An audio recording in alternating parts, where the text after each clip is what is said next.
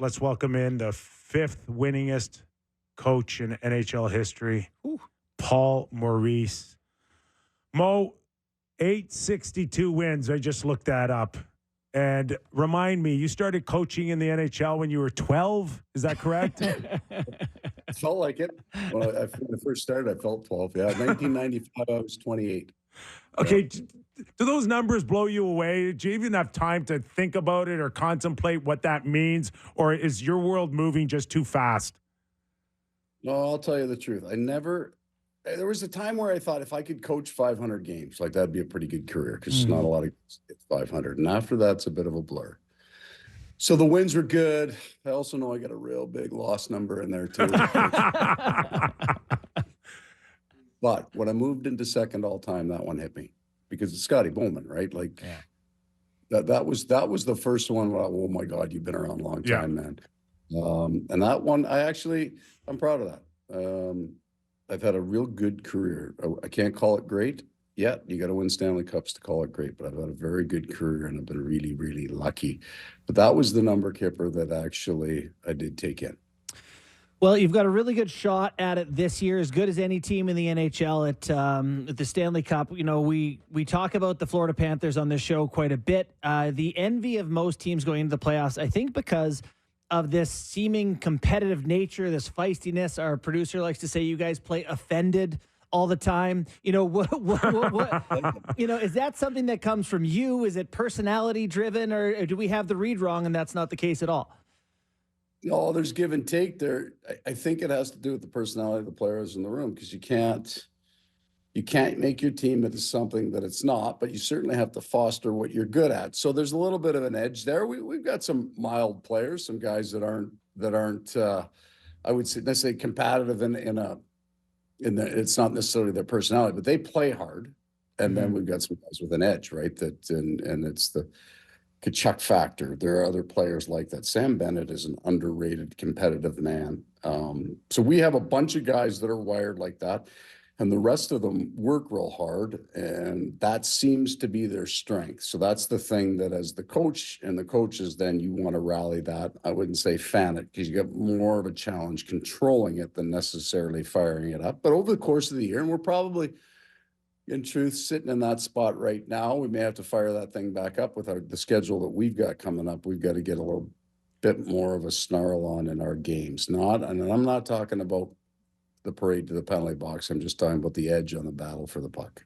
So, Mo, remind me, because it seems like ages ago, but it was not. It was around this time last year, end of March. You have your meltdown in Toronto. I think you guys came back in the last minute to win. Yeah.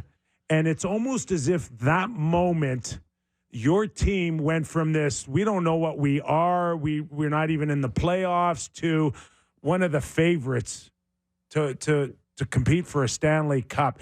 Did you see that prior to your meltdown, that you had what you have now, or did you have to just discover it, or did they have to discover it on their own?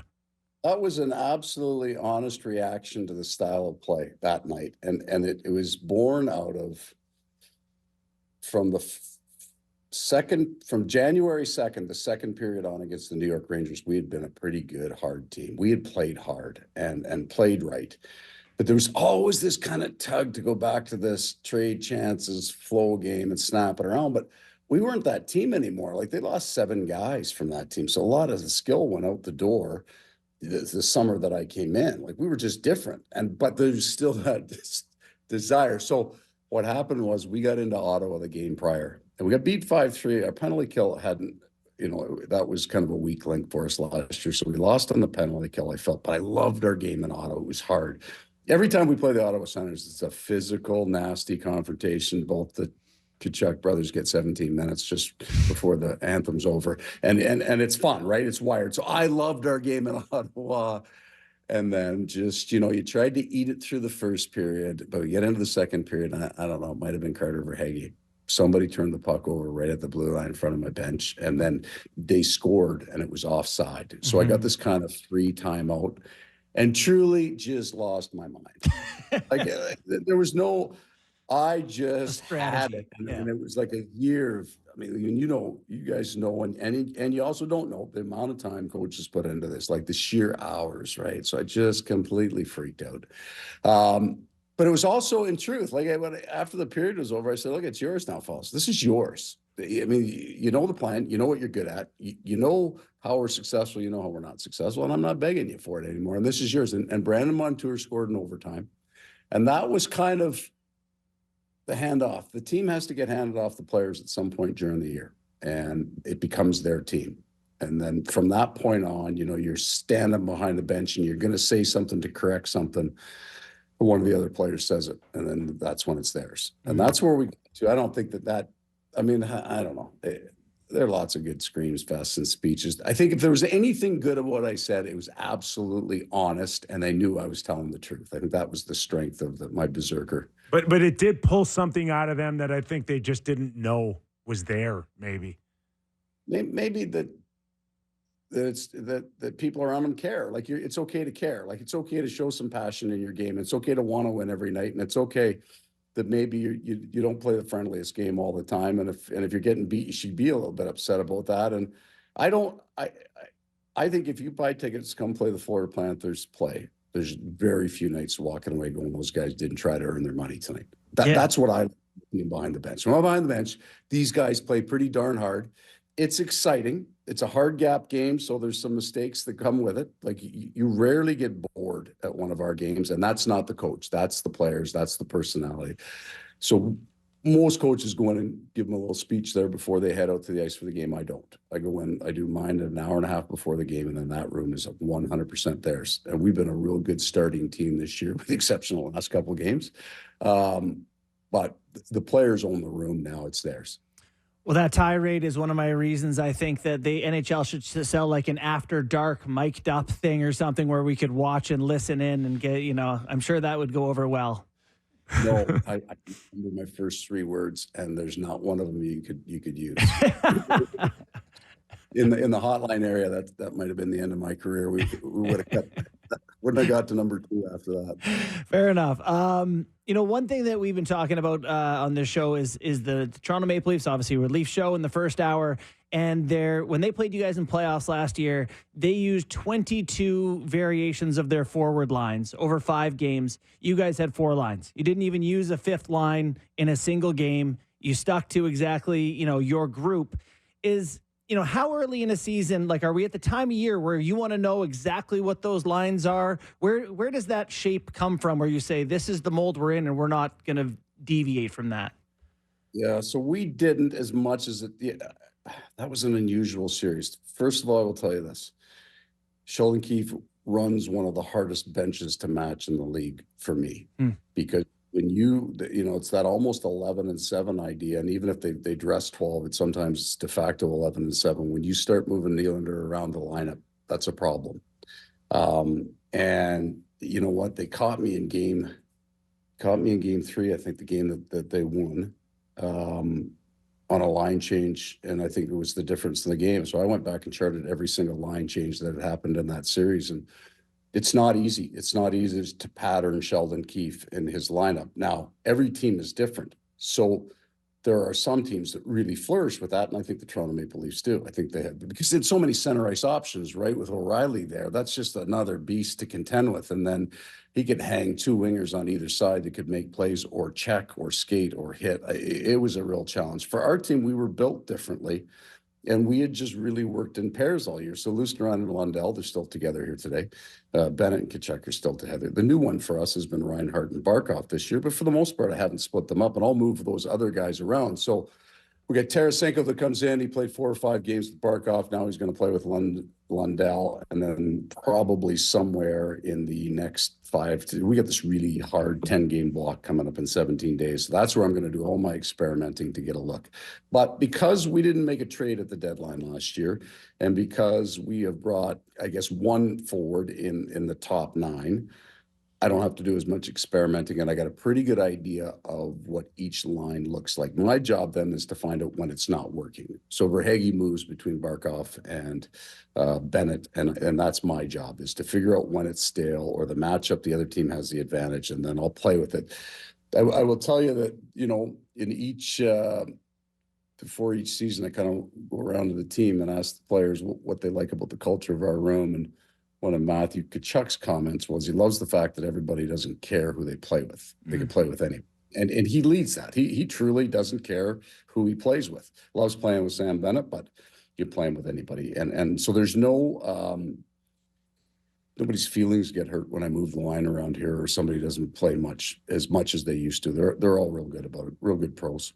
We're talking to Paul Maurice, head coach of the Florida Panthers. Now, when we competed against each other, North Bay versus Windsor, did you score an overtime goal against us? Like never, ever in my entire career. You, on the other hand, my friend, missed a penalty shot. I did. Jablonski, who's in that? Yeah, on a puck that I put my hand on in the crease, and I'm leaning. And you didn't have to go on the bench at those days, so I'm just leaning on the sideboards, kicking my foot, praying to God that Nick Kypreos didn't score, because that might have been game 5 or 6. You guys beat us in game 7, I think, in overtime. Yeah. Oh. I don't know. One of the North Bay Centennial. I'm trying to envision you scoring back in junior and passing off that wisdom to Sam or to Reinhart, because there has to be a reason he's now on the cusp of scoring 50 goals. It must be your coaching and your goal scoring. Really smart guys will find a way to take credit for it. Right? We'll come up with something. And then I said this to him. No, just to backtrack, my first goal in the Ontario Hockey League didn't come to my second year. It was in Ottawa, and it was banked from our end into their net in the empty net. I got the puck, and the boys were giving me the absolute business about that being my first goal. So I just threw it the stands. And actually, my mom caught it. So it was a good ending. And she saw my first goal, but it was from 200 feet. It barely crossed it. That had about the same. So my game was just glassing out, right? No feet, no hands, no skills, glassing out. But anyway, here's this interesting little story about Sam Reinhart and Barkov. The year before I got here, they tried him for the first 20 games, and it didn't work. And then I get to training camp the next year, and I'm watching these two guys move around and go, man, those guys got to be good together. They have to, right? So I put them back together, and they had chances, and they play such a smart game. They kill penalties together. They're very effective at that, but the puck just wouldn't go in the net for them. So now we're 20 games in, and I got 2 really important players that aren't producing. So that's my job, right? Put players in a position to produce. So we broke them up. And then I would say that if there was a change, Barkov and Reinhart came back to camp even faster this year, and they trained hard this summer. Not that they don't in the past, they're 2 of the fittest guys in the team, but it's a half step perhaps.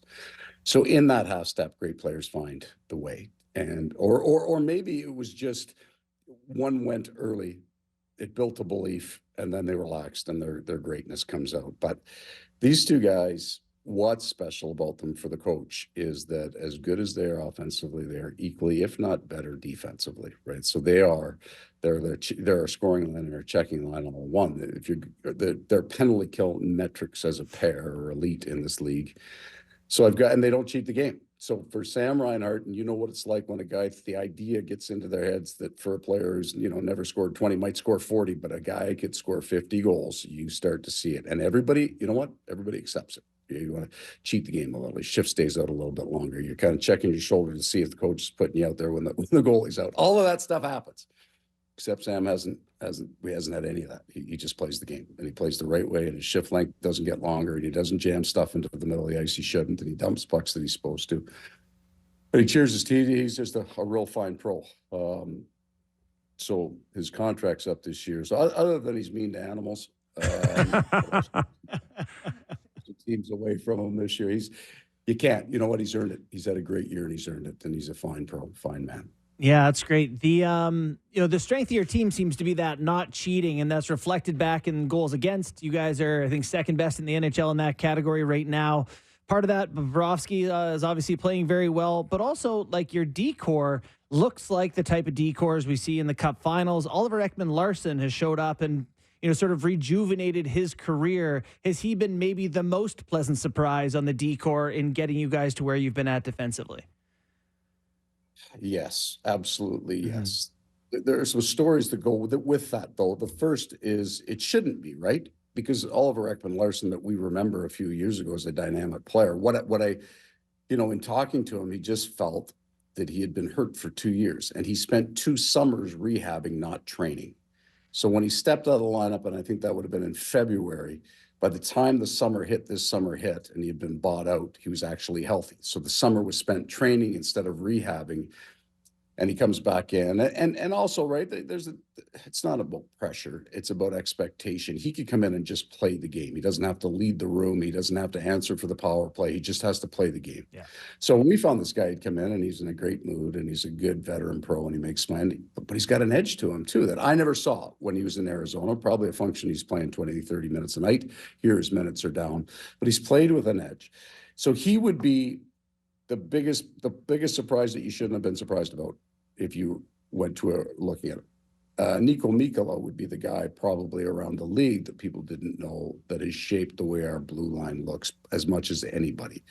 So we lose Stahl and Gudish, really important for the fabric and the character. Mikkola has taken up the play of those 2 men, respectfully. He's just been fantastic for us. And so our blue line's gotten stronger. Sergei Bobrovsky and Anthony Stolarz. Now there's a story there too, because this guy, his numbers are phenomenal, and his game is too. And both of those guys have been incredibly consistent. I would say that the one metric, the thing that's changed our team the most, has been our penalty kill. So we were not a good penalty killing team last year. Kevin Stenlund coming out and Nico Mikkola coming in are the 2 big pieces to that. Dmitry Kulikov kills penalties for us, so that's another defenseman that wasn't with us, but we added people to kill penalties. So Van Lefebvre runs that on that for our team as a coach. He's a penalty killer in his career. So we feel we've got a good mix there. But the biggest improvement would be our blue line got shaped in a way for us to survive both Ekblad and Montour being out for the first 16, 17 games of the season. And then when they came back, we found out we had a pretty good core. Mo, I'm not sure if you're up on this storyline, but there's a certain NHL coach out there that recently healthy scratched his captain. And the perception out there, Mo, is that you treat all your players the same, right? Doesn't matter. So can you confirm for me today that if you healthy scratched Barkov, it would have no different effect if you say you picked Ryan Lomberg? Kip set a trap here. See how you do with this one. It must be a Philadelphia thing. I healthy scratch Roddy Brindamore when he was the captain of our team. He's still not very happy about that. Oh, is he still hanging on to that? Which game? No, it was a regular season game, and it was in Pittsburgh, and we won 2-1, and it would be, a while ago. So, and I still remember it. It's a hard thing to do. You know what, though? We all have, okay, so when you walk into a room as a coach, I think you establish a certain trust, but before trust, a certain amount of truth, right? Like these are the things that we're just going to tell the truth on. We're going to do this as a hockey team. We're going to handle these 4 or 5 things. And that has to be true of Barkov and Lomberg. Whatever it is that you hold to be true, we're going to be this kind of team. We're going to make sure, we're going to make some mistakes. We got some skill. We got a little bit of this, but these are the 4 core principles of our hockey club. That has to be true for Barkov and Lomberg. How far down the line you get before you scratch a guy, that's technique and that's style, I guess, of the personality of the coach. So if you've done it to 2 or 3 other guys and they're all looking at you going, hey, you just benched those 3 guys and now it's his turn because he just broke the code, whatever that is. Kind of in a spot where if you don't do it, then you got a real problem. But it doesn't happen very often because if even great guys make mistakes, I understand that, but you pick your leaders right, you don't get into that situation very, very often. I think this is I was eavesdropping on you guys talking about the coach of the year. Thanks for the vote, fellas. But I think John Tortorella is a strong candidate because he has a way of doing things and he doesn't deter that. So the players trust him. They may not always like it, but they got a pretty good idea what it's going to be like when they come to the rink every day. This is the guy we're going to get. This is what he values. This is what he's going to hold true. And at that, I think John's elite, and he's been always like that. So it fits very well, maybe, for the Philadelphia Flyers and John Tortorella, where maybe it wouldn't fit for me to do that because I haven't done it to other players. There's not a lot of healthy scratches that have come out. I don't know, maybe you miss a meeting. But if that's your rule, then that rule has to be true of everybody. We don't really have that rule here, but I've also never really had anybody late for a meeting. We got a rule that everybody's got my cell number. If you're going to be late, you call. If you call me 2 minutes before you're late for a meeting, you're late. You call me 25 minutes before you meet because you're sick, kid's sick, you're stuck. Well, you get here when you can get here. Life happens. So every team has its own set of rules. And the coach has a certain bandwidth of truth that he has to stay in for every player. But it's also not true. Anything outside that, you know what? If Barkov serves a pizza right up the middle and they score a goal, yeah, I'm not scratching. There are. I just find it real interesting that you started your answer with he's still not happy with me. So what happened in the weeks that followed the next game? Were you able to move on, or is it something that kind of hung over everyone's head? God, I don't remember. I mean, this is a while ago, Kyper. So I don't know. I don't think that Roddy and I were warm and fuzzy with each other anyway, straight through. Yeah. Okay. We won Eastern Conference together, but I don't. Yeah. I don't. You don't like. You know. I mean, I've got his young man, and he's got an incredibly young son. Great human being in our organization. Plays for our American League team. I love the guy. But the pressures and the competition of pro sports, sometimes two guys that might be great fishing buddies just aren't going to get along because of the way your pressure points, right? Everybody has a way, and some guys are perfect for some coaches and some aren't. Roddy and I he had gotten to a point at that year, I think he was minus 19 early in the year. We were floundering, so I scratched him. But I'm going to blame it on Jim Rutherford. That's what he did. I'll blame Jimmy. He's in the Hall of Fame. He can't hurt it. That's right. Mo, great stuff, man. We really appreciate your time, and you have our vote, but we're just trying to make this thing interesting for Coach of the Year. No, I think you guys were right on it. I mean, Rick Tocchet has done an incredible job. Rick Bowness, with the injuries that he'd had, incredible job. There's 2 or 3 teams that I think you got to wait to see if who will make the playoffs. I think Philly. You just got to go back. Go back to March of last year to where the teams were and what they were like and how long the rebuild is, and then you turn them on. I'm also saying that because Phillies beat us twice and they played us hard, right? Like they were a heavy man game in there about a week ago, and they scored with 20 seconds left to go in the game to win it. They played a hard man's game, and got a lot of respect for the way they play. We're gonna let you go, man. Thanks for doing this, Mo. All the best to close out the season, and we'll stay in touch. Okay. Paul Maurice, everybody, head coach of the Florida Panthers.